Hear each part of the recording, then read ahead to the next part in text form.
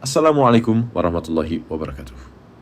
Banyak dari kita mengira peradaban saat ini adalah yang terkuat dalam sejarah. Kita punya internet, satelit, dan ponsel pintar. Namun jika kita telisik secara logika, peradaban modern sebenarnya berdiri di atas kaki kace yang sangat rapuh. Bayangkan satu hari saja tanpa listrik dan internet. ATM mati, pompa bensin lumpuh, dan sistem logistik pangan terhenti. Inilah paradoks teknologi. Semakin canggih dunia kita, semakin berkurang kemampuan kita untuk bertahan hidup secara mandiri. Kita tidak lagi memiliki cadangan manual. Jika sistem digital tumbang, dunia seolah berhenti seketika. Ada dua fenomena ilmiah yang bisa memicu riset global ini. Pertama, EMP, Electromagnetic Pulse, sebuah gelombang energi yang mampu membakar komponen elektronik dalam sekejap tanpa merusak fisik bangunan.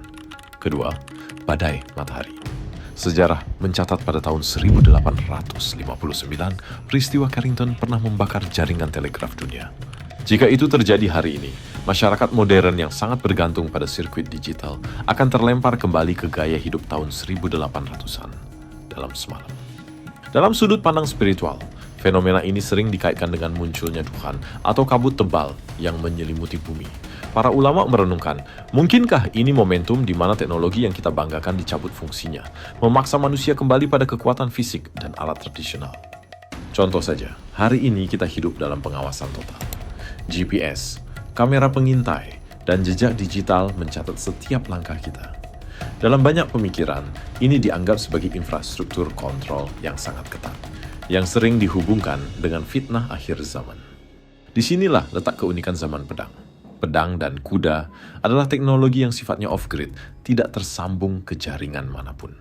Pedang tidak memiliki chip yang bisa dimatikan dari jarak jauh, dan kuda tidak mengirim sinyal ke satelit. Kembali ke sistem manual bukan berarti kita mundur, melainkan sebuah cara untuk meraih kembali kemerdekaan diri.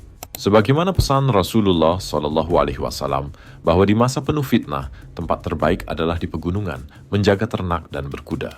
Sebuah simbol gaya hidup yang mandiri dari sistem pusat yang penuh tipu daya.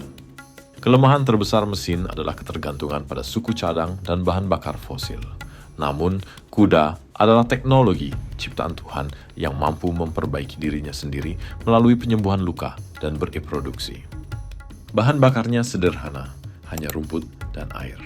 Kuda memiliki insting navigasi alami yang mampu melewati medan ekstrem, hutan lebat hingga tebing terjal, tanpa risiko korsleting. Bahkan dalam perang modern di Afghanistan, pasukan elit masih menggunakan kuda untuk menjangkau medan yang tak bisa dilalui tank. Dalam Islam, kuda memiliki kemuliaan yang tertambat pada ubun-ubunnya hingga hari kiamat. Ia bukan sekadar alat transportasi, melainkan mitra hidup yang memiliki perasaan dan kesetiaan. Perang modern seringkali terasa impersonal. Seseorang bisa menekan tombol dari jarak ribuan kilometer. Namun, jika sistem digital runtuh, radar dan sensor akan hilang. Keahlian akan kembali ke titik yang paling murni, jarak dekat. Pedang tidak membutuhkan peluru dan tidak bisa macet. Ia menuntut keberanian sejati, kedisiplinan fisik, dan ketajaman insting. Pedang adalah senjata yang presisi, ia hanya mengenai apa yang ada di depan mata. Berbeda dengan bom yang merusak alam dan warga sipil secara membabi buta. Secara filosofis, pedang adalah cermin dari pemiliknya. Ia menunjukkan siapa yang benar-benar berlatih dan memiliki mentalitas kesatria. Apa makna semua ini bagi kita sekarang? Tujuannya bukan agar kita membuang ponsel hari ini, melainkan agar kita berhenti menjadi budak teknologi. Kita perlu menyadari bahwa kenyamanan digital ini hanyalah pinjaman. Orang yang akan bertahan di masa depan adalah mereka yang tangguh secara fisik dan memiliki keahlian manual. Keterampilan yang selama ini dianggap kuno, seperti bertani, bela diri, dan navigasi alam, mungkin akan menjadi kemampuan yang paling mahal harganya. Mukmin yang kuat lebih dicintai Allah daripada mukmin yang lemah. Mengajari anak memanah, berenang, dan berkuda adalah persiapan untuk memiliki kemampuan abadi yang tak lekang oleh zaman. Zaman pedang bukanlah tentang kegelapan, melainkan masa di mana nilai seseorang ditentukan oleh keberanian dan manfaat nyatanya bagi sesama, bukan oleh jumlah pengikut di dunia maya. Semoga kita termasuk orang-orang yang senantiasa bersiap dengan iman dan kekuatan. Wassalamualaikum warahmatullahi wabarakatuh.